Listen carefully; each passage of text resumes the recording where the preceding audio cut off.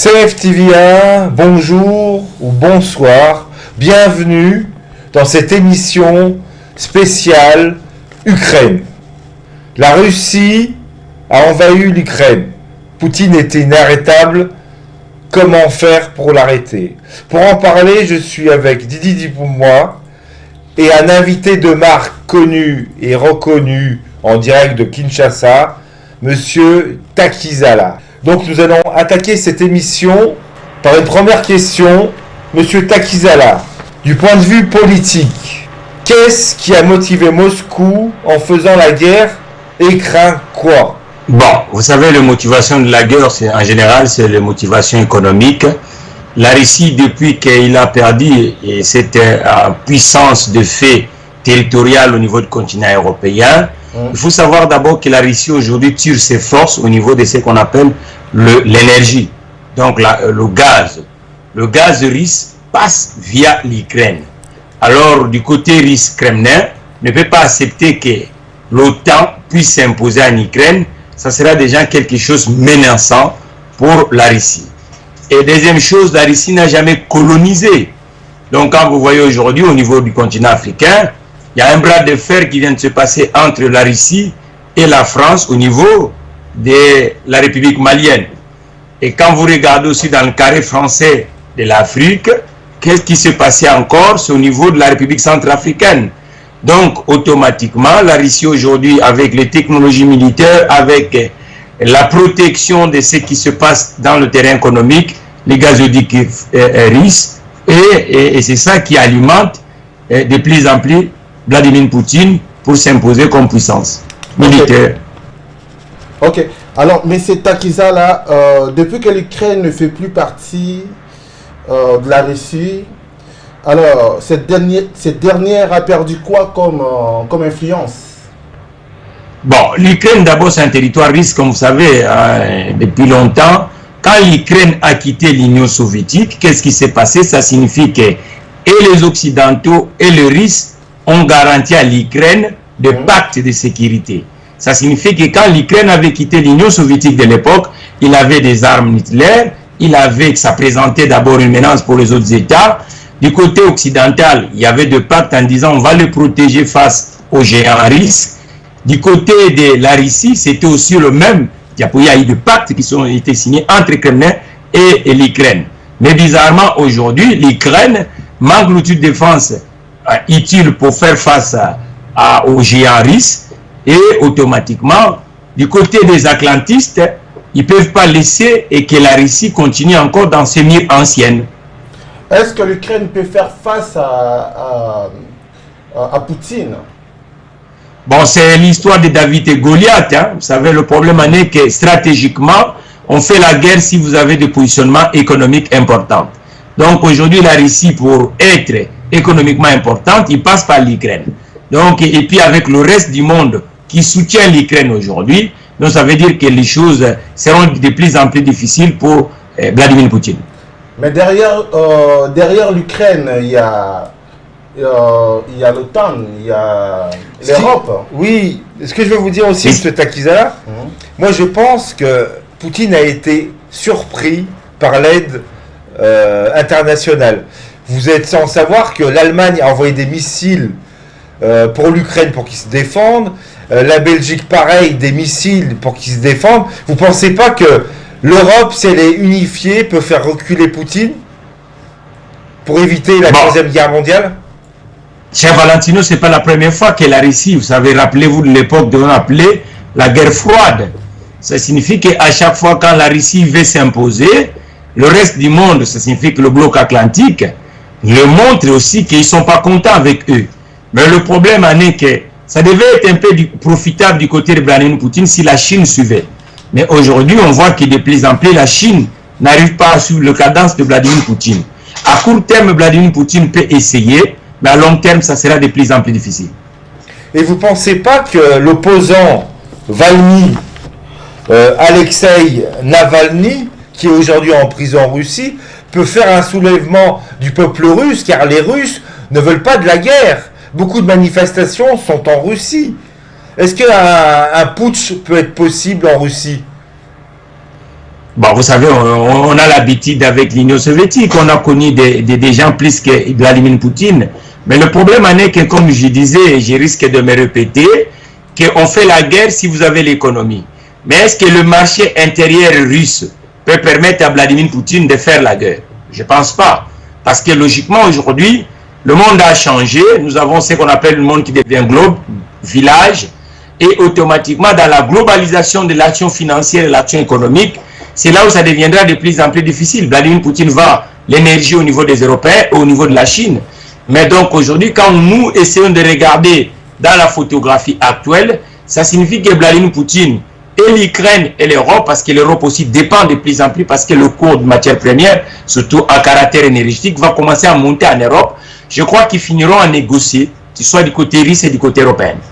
Et qu'est-ce que mais le problème en est qu'on risque de connaître un peu une seconde, troisième guerre mondiale, parce que les intérêts des uns les autres priment, bizarrement, et c'est pour ça, vous voyez qu'à chaque fois, là, bon, les deux derniers jours, du côté occidental, on a eu les sanctions financières, par exemple, ce qu'on appelle le modèle suisse de transabilité ou de la finance mondiale. On voit que de plus en plus les milliardaires russes commencent à perdre leur puissance. Et puis du côté de ce qu'on appelle culture ou sport, on voit aussi des punitions du côté des Kremlin. Mais Vladimir Poutine aussi de son côté, il dit qu'il est encore de faire menace nucléaire, en sachant qu'il n'est pas uniquement l'unique État qui a l'arme nucléaire au monde. Donc les autres États qui ont l'arme nucléaire feront aussi pareil. Donc automatiquement, je crois que des deux côtés, ils finiront à négocier. Et qu'est-ce que l'Ukraine va gagner en confrontant avec ou contre la Russie? Mais ça s'est fait comme à l'époque quand l'Allemagne s'est décidée d'envahir toute l'Europe. Ça signifie que les petits États comme la Belgique, comme les autres, ont été protégés par des alliés. Ça signifie que l'Ukraine, c'est un marché. L'Ukraine, pour le bloc atlantique, c'est un territoire qu'il n'a pas laissé à Vladimir Poutine. Donc, automatiquement, l'Ukraine profitera des appuis des alliés. Et qui va gagner dans cette guerre?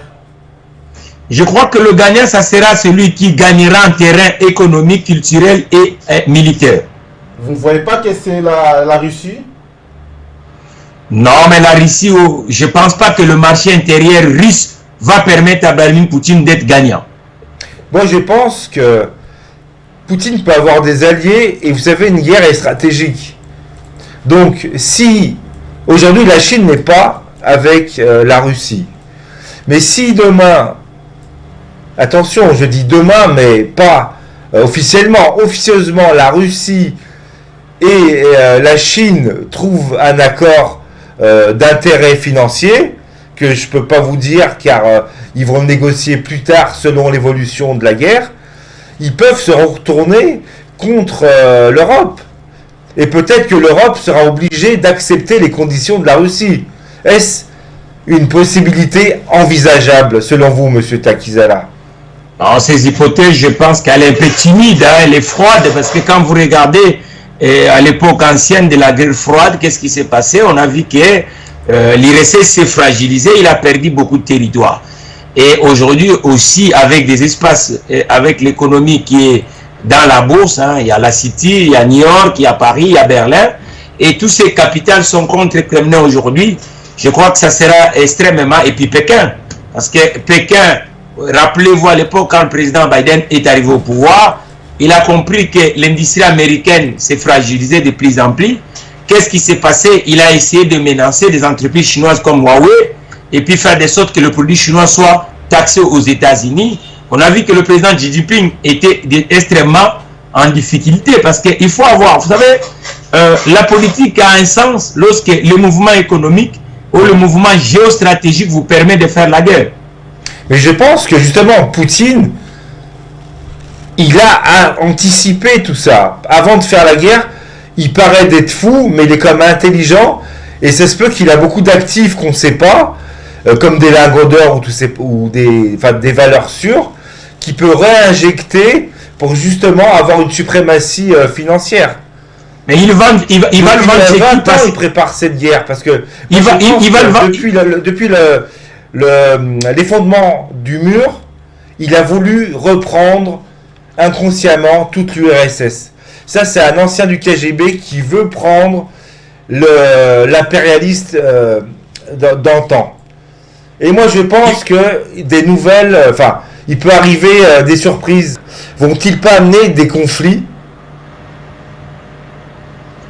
Aujourd'hui, déjà, par exemple, le continent africain... Aujourd'hui, par exemple, le continent africain est menacé. Vous sentez qu'entre la Pologne et l'Ukraine, la plupart des ressortissants des États africains ont du mal de fuir. Pourtant, il y a la guerre au niveau de l'Ukraine aujourd'hui. Les Ivoiriens, les Congolais, j'ai entendu il y a des jours les diplomates ivoiriens qui disent non, il faut laisser nos compatriotes sortir de l'Ukraine, ainsi de suite. Donc ça signifie qu'il y a un énorme afflux de réfugiés et des gens qui fuient l'Ukraine aujourd'hui, et le continent africain est parmi les continents qui est touché parce que leurs ressortissants se sentent de plus en plus en danger, et puis pour rentrer même dans un train, c'est condamnable. C'est ce que nous condamnons aujourd'hui. Nous disons aux Polonais et aux Ukrainiens de laisser les Africains fuir parce que la guerre est en Ukraine. J'ai entendu sur une émission que les Africains étaient maltraités, qu'ils étaient moins bien traités que les Ukrainiens qui voulaient fuir. Que pensez-vous? C'est un info ou c'est une intox? Ou vraiment il y a... Non, mais c'est... Aujourd'hui, c'est pour ça, nous, les gens qui sont dans la communication mondiale aujourd'hui, nous devons condamner ça et nous disons fermement à ces États voisins de l'Ukraine de permettre à cette communauté africaine qui est en Ukraine, parce qu'il y a la guerre, et de le protéger, parce que les organisations internationales comme l'HR est là pour la protection des déplacés, et y compris les Africains qui sont en Ukraine. Ok. Alors, Monsieur Takizala, quelles conséquences pour l'Afrique par rapport à cette guerre de l'actualité? Elles sont multiples. Elles sont d'abord en premier lieu géopolitiquement parlant, parce que l'Afrique collabore avec les États du monde. Deuxième chose, c'est du point de vue économique. Vous savez que Dipumba, l'Afrique dépend plus de ses métaux, le brut. Elles vendent dans des États puissants. Rappelez-vous, Covid-19, la plupart des économies africaines se sont fragilisées parce que les puissants, les industriels européens, américains, chinois n'achètent plus l'or, cobalt, cuivre, uranium. De plus en plus difficile, même le bois. Je crois que comme aujourd'hui les États prospères sont en guerre en Ukraine, et ça va fragiliser les économies africaines, entre autres l'économie congolaise. Ok. Alors, cette conséquence pour l'Afrique seront-elles positives ou négatives? En plus, l'Union africaine et la CEDEAO ont condamné fermement l'invasion russe en Ukraine. L'Afrique du Sud également aussi critiqué Moscou. Est-ce qu'il y aura des conséquences négatives ou positives? Vous pouvez les citer, s'il vous plaît? Mais négatif, c'est déjà Dipumba dans le terrain économique, chers compatriotes, parce que le problème en est, chers journalistes. Vous allez voir que je vous ai dit que l'Afrique aujourd'hui ne transforme pas dans son territoire. L'Afrique vend du brut. Et ceux qui vendent du brut, quand vous regardez aujourd'hui dans les entreprises puissantes au monde, de plus en plus, il n'y a pas vraiment des entreprises africaines. Bon, il y a des exceptions quand vous allez au Nigeria, quand vous allez en Afrique du Sud, quand vous allez au Maroc, quand vous allez par exemple en Égypte. Mais l'Afrique a 55 États. Et sur les 55 États, quand vous regardez la transformation, c'est fait uniquement autour de 5 pays ou 6 pays. Et les autres pays ne transforment pas. Il n'y a pas des entreprises capables de transformer dans le continent. Et c'est ce qui fait que la plupart des États africains vendent du brut dans des pays avancés. Et c'est là, avec la crise actuelle de l'Ukraine, ça signifie que la plupart des industriels mondiaux ne peuvent plus acheter vu le conflit qui est en Ukraine aujourd'hui. Et cela va permettre pas au continent africain de jouer la carte. Et surtout que de plus en plus, l'Afrique souffre et de l'informel et de l'absence des entreprises attractives. Ce sont des multinationaux et des multi-territoires qui permettent à l'Afrique de joindre debout. Vous savez, par exemple, le Congo ne développe pas un budget de 50 milliards de dollars américains. Un État avec 120 millions d'habitants, avec 9 voisins, avec l'informel qui occupe à 85%, avec le taux de chômage qui est à 85%. La plupart de ces États, ces ressources sont douanières et sont du vente de briques à l'international. Ok. Alors, M. Takizala, que cache la réaction de l'Union africaine sur la crise ukrainienne? Bon, vous savez bien que l'Union africaine, ça fait longtemps qu'on a toujours dit que le financement, comme la plupart des États africains, leur budget à moitié, ce sont des aides en bilatéral. Et c'est le cas aussi de l'Union africaine. L'Union africaine est financée à moitié du continent européen et américain avec des aides à l'international. Ça signifie que l'Union africaine, tant que les Africains ne vont pas devenir des acteurs économiques en créant un marché fixible au niveau du continent, en cherchant de sorte que les entrepreneurs comme les Mathieu Takizala puissent opérer dans le continent, ça sera de plus en plus difficile à l'organisation africaine parce qu'il faut avoir des moyens. Une organisation politique doit avoir des moyens économiques. Mais ce n'est pas le cas aujourd'hui de l'Union africaine. Donc vous voulez dire que l'Union africaine dépend de l'Union européenne? Et c'est le cas de la plupart des États africains. Vous savez, le budget congolais, la moitié vient de la communauté internationale. On parle plus en Afrique des programmes avec FMI, avec Banque mondiale. On ne parle pas du financement des entreprises telles qu'à Pierre Mokati du Congo. C'est de plus en plus rare. Vous voyez que la crise de 2020, on a vu dans tous les États prospères, on parle du financement de l'économie et du financement des ménages. Au niveau de l'Afrique, on parle des programmes à l'international avec des institutions de Bretton Woods. C'est ça un peu le paradoxe africain. Donc, c'est-à-dire que vous voulez dire que c'est parce que l'Union africaine est du côté de l'Union européenne, c'est pour cela qu'ils critiquent et condamnent l'invention russe. Non, Michel Dupumba, je ne dis pas ça. Je dis qu'aujourd'hui, le problème de l'Afrique, c'est quoi? L'attractivité économique. Ça veut dire que l'Afrique a un problème économique. Le taux de chômage est supérieur dans tous les continents du monde. Les entreprises africaines ne jouent pas la carte mondiale.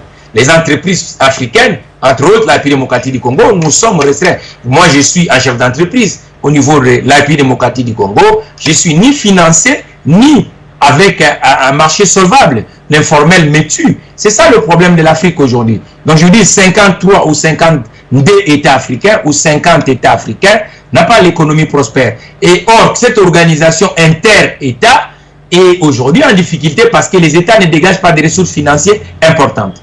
Parce qu'il faut financer. C'est comme en Union européenne, où vous voyez que la Banque européenne, la Banque centrale européenne travaille avec des économies européennes et de plus en plus. Nous voyons, et la Fed travaille avec l'économie américaine. Donc, au niveau du continent africain, il faut qu'on cherche des voies et moyens que l'Afrique puisse produire l'économie et que l'Afrique crée de la valeur et puis transforme dans le continent. Aujourd'hui, ce n'est pas le cas. Ok.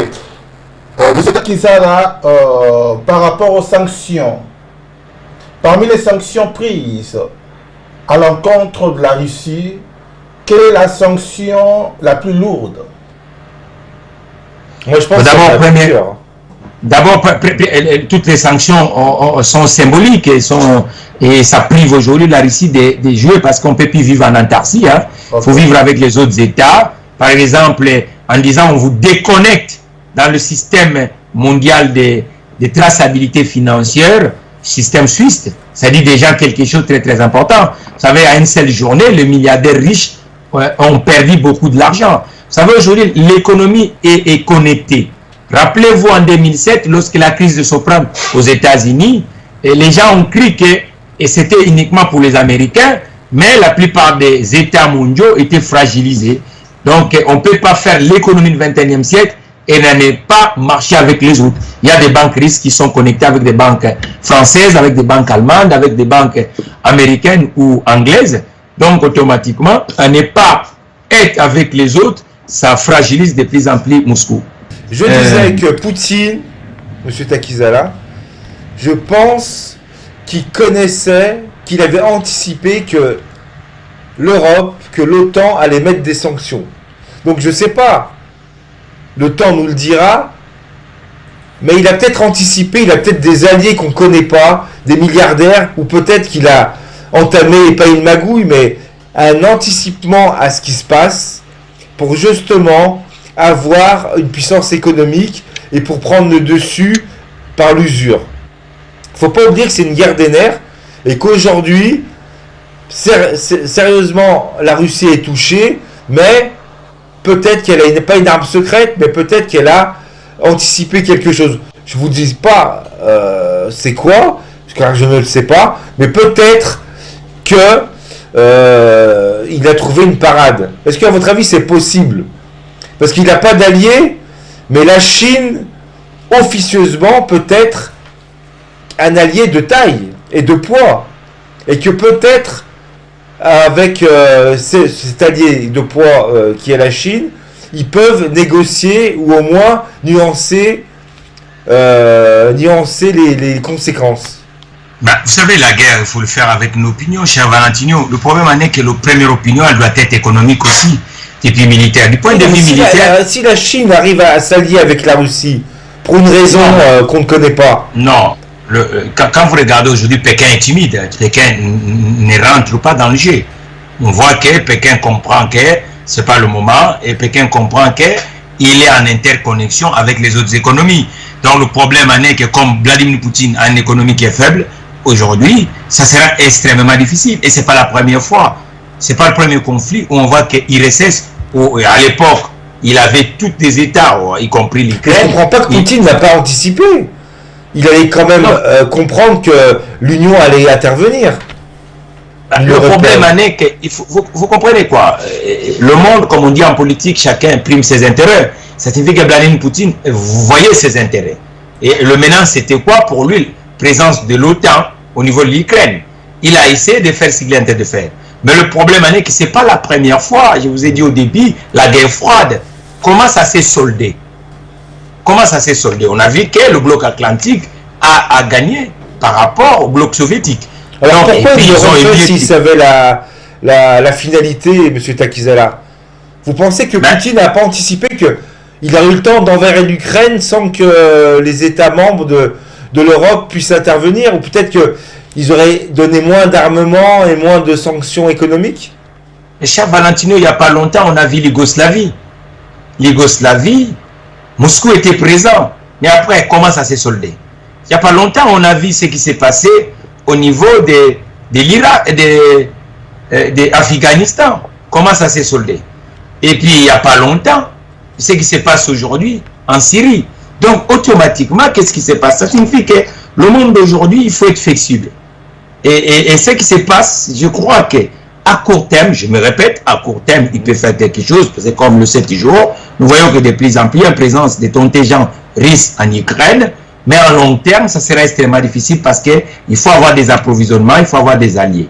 On ne peut pas faire la guerre sans alliés, et aujourd'hui, du point de vue international, Vladimir Poutine compte des alliés. On ne voit pas plus des États qui vont du côté de Vladimir Poutine. Okay. Oui, mais je pense que quand même, la Russie va envahir l'Ukraine. Là, ils ont encerclé l'Ukraine. Donc, c'est en état de siège. L'Ukraine ne peut pas avoir des militaires étrangers sur son sol. Donc, au bout d'un moment, l'Ukraine va faiblir. Kiev va être pris. Et donc, l'Ukraine ne sera plus. La Russie va envahir l'Ukraine. Toutes les effets de manche politiques internationaux ne servent à rien. L'Ukraine ne peut pas rentrer dans l'Europe. L'Europe, certains pays ne veulent pas de l'Ukraine. Moi, je pense que c'est le début d'une grande guerre qui va durer longtemps. Non, mais rappelez-vous, si l'Europe ne voulait pas de l'Ukraine, le président Macron n'envoyerait pas des armes au niveau de l'Ukraine.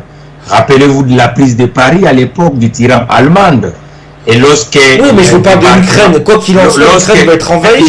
On retourne un peu parce que le conflit, il faut qu'on retourne aussi dans la partie historique des conflits mondiaux. Ça signifie que lorsque la prise de Paris et que le débarquement des Alliés en Normandie, on a vu qu'est-ce qui s'est passé. Ça signifie qu'aujourd'hui, ceux qui essayent un peu de nous mettre des doutes scientifiques et solvables, c'est de voir du côté de Russie, ils comptent au bout de doigt les Alliés.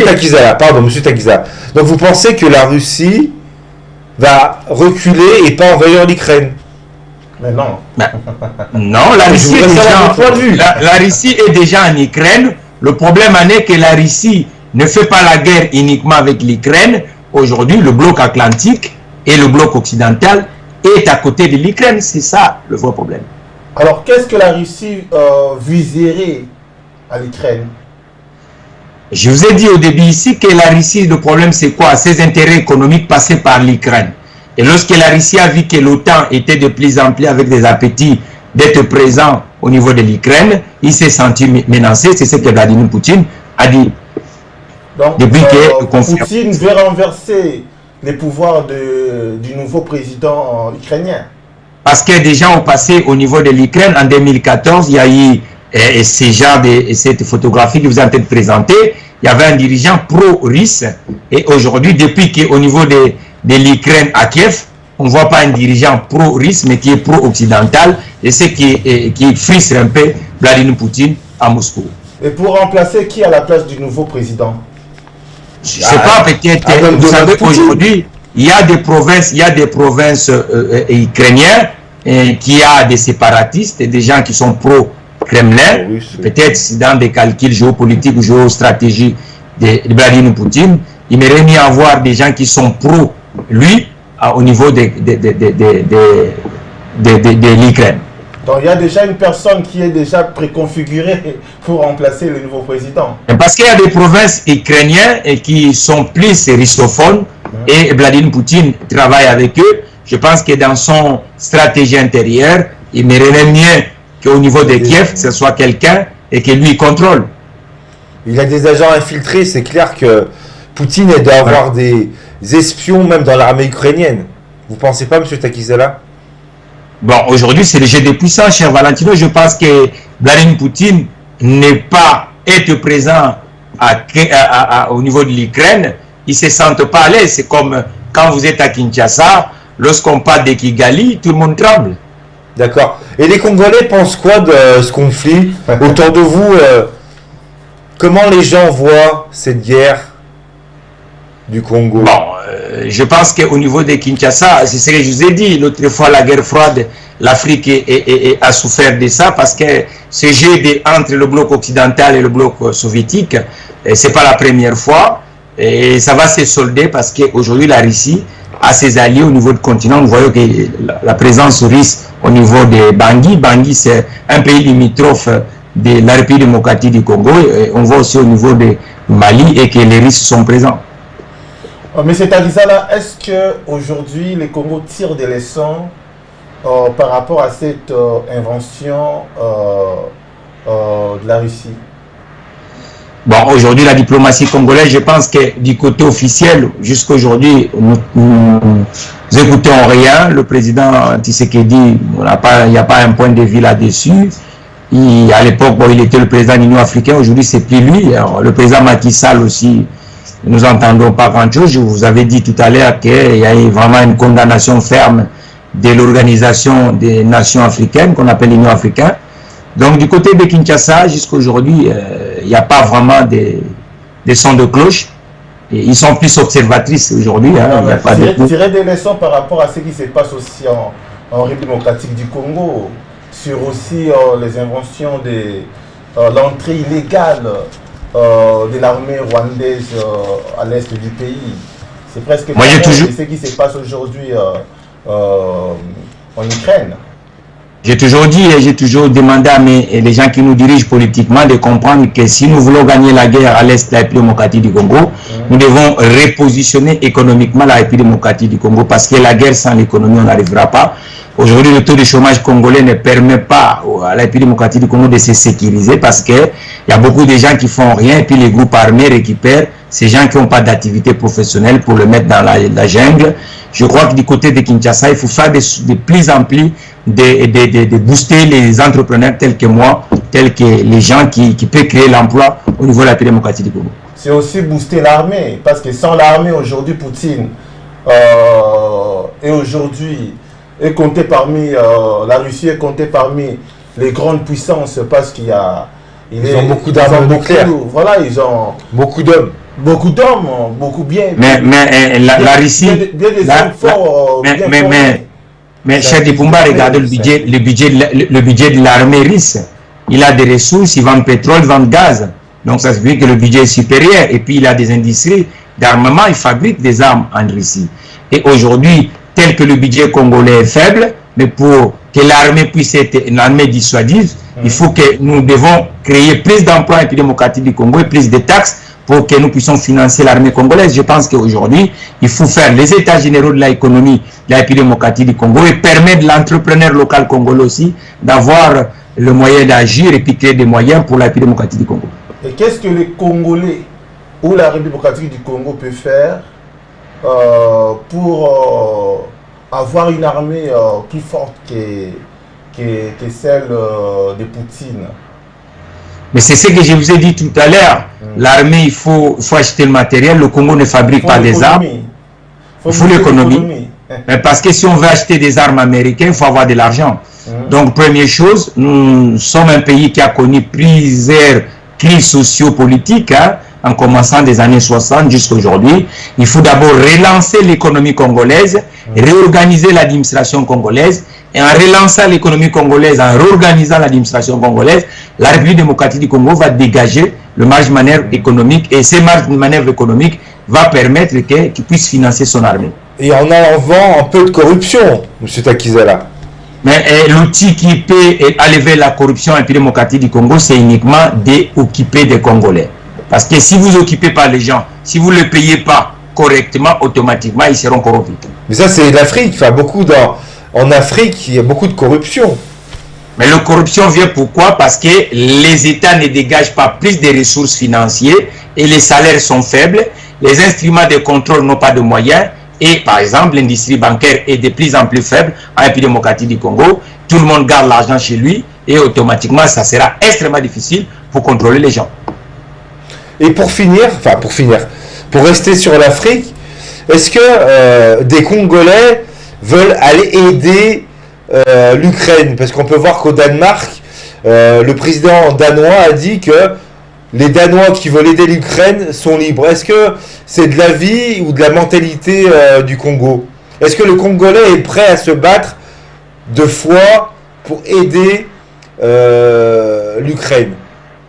D'abord, le Congo comme État, c'est un État qui participe dans toutes les... Vous avez entendu autour de vous des personnes qui seraient prêtes à partir pour aider l'Ukraine par conviction? Non, mais je me rappelle dans l'histoire, quand il y a eu le dernier conflit mondial, 14-18 ou 40-45, on a vu ce qu'on avait appelé à l'Europe à l'époque, les tirailleurs sénégalais. Ah, oui. C'était les ressortissants du continent africain qui ont porté main au continent européen qui était occupé par l'occupation d'un homme qui a cru qu'il devait envahir tout le monde. Et aujourd'hui, je crois que le Congo est signataire de la plupart des traités internationaux. Un Congolais tout seul n'ira pas. Je pense que ça sera autour des organisations étatiques que peut-être l'Afrique peut trouver comment il faut agir. Donc individuellement, ça sera extrêmement difficile. Ça ne se fait pas comme ça. Ok. Monsieur Takizala, comment évolue l'enquête sur le coup d'État raté? Parce que jusque-là, les conseillers spéciaux en matière de sécurité, Monsieur François Béat est toujours arrêté. Alors, est-ce que ça évolue ou l'enquête est stoppée? Bon, là, M. Dipumba, nous sommes plus dans ce qu'on appelle le secret d'État. La sécurité de l'État ne sont pas divulguées dans des médias. En général, Béat a été connu, on a vu, mais c'est aux côtés des experts de la sécurité de la République démocratique du Congo qui sont en train de travailler. Mais depuis que M. Béat a été incarcéré, nous avons entendu officiellement, il n'y a pas encore des éléments qui viennent pour les analyses que nous sommes. Donc, il y a beaucoup de choses qui se feront d'une façon discrète. Hein. Je ne pense pas qu'ils vont mettre ça devant l'espace public. Est-ce que c'est une enquête qui peut durer des années, M. Takizala? Bon, la justice a sa façon de fonctionner. Hein. Parce qu'en France, ça dure beaucoup de temps. Est-ce qu'au Congo, c'est pareil? Bon, l'instrument judiciaire a ses caprices. Là, vous répondez politiquement. Hein, l'instrument judiciaire a ses caprices. Sans commentaire. Sans commentaire. Ok. Voilà. Pour revenir à l'Ukraine, M. Takizala, est-ce que, à votre avis, le Congo va prendre des réfugiés si des Ukrainiens veulent aller au Congo? Bon, ça c'est au niveau des officiels de la République démocratique du Congo, le ministère de l'Affaires étrangères et puis le président de la République qui assure la diplomatie de la République démocratique du Congo.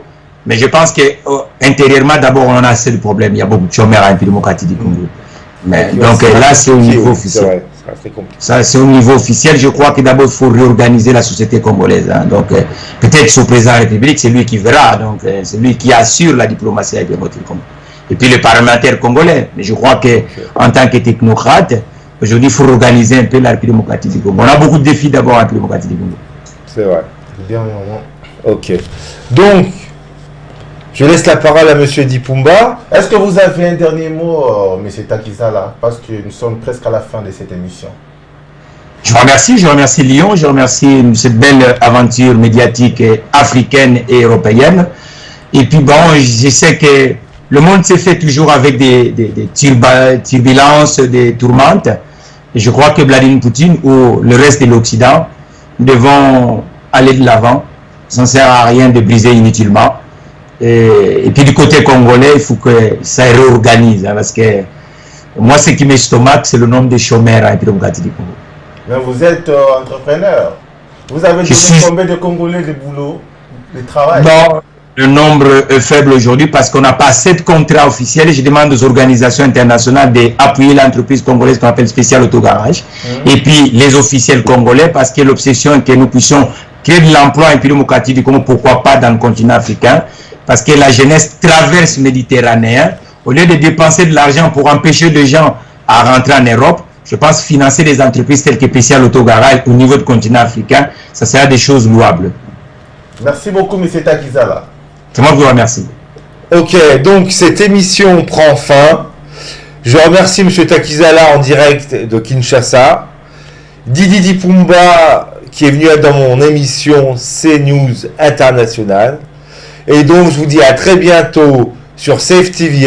Abonnez-vous, commentez, likez et je vous dis à très bientôt pour une nouvelle émission. Au revoir. Au revoir. Au revoir.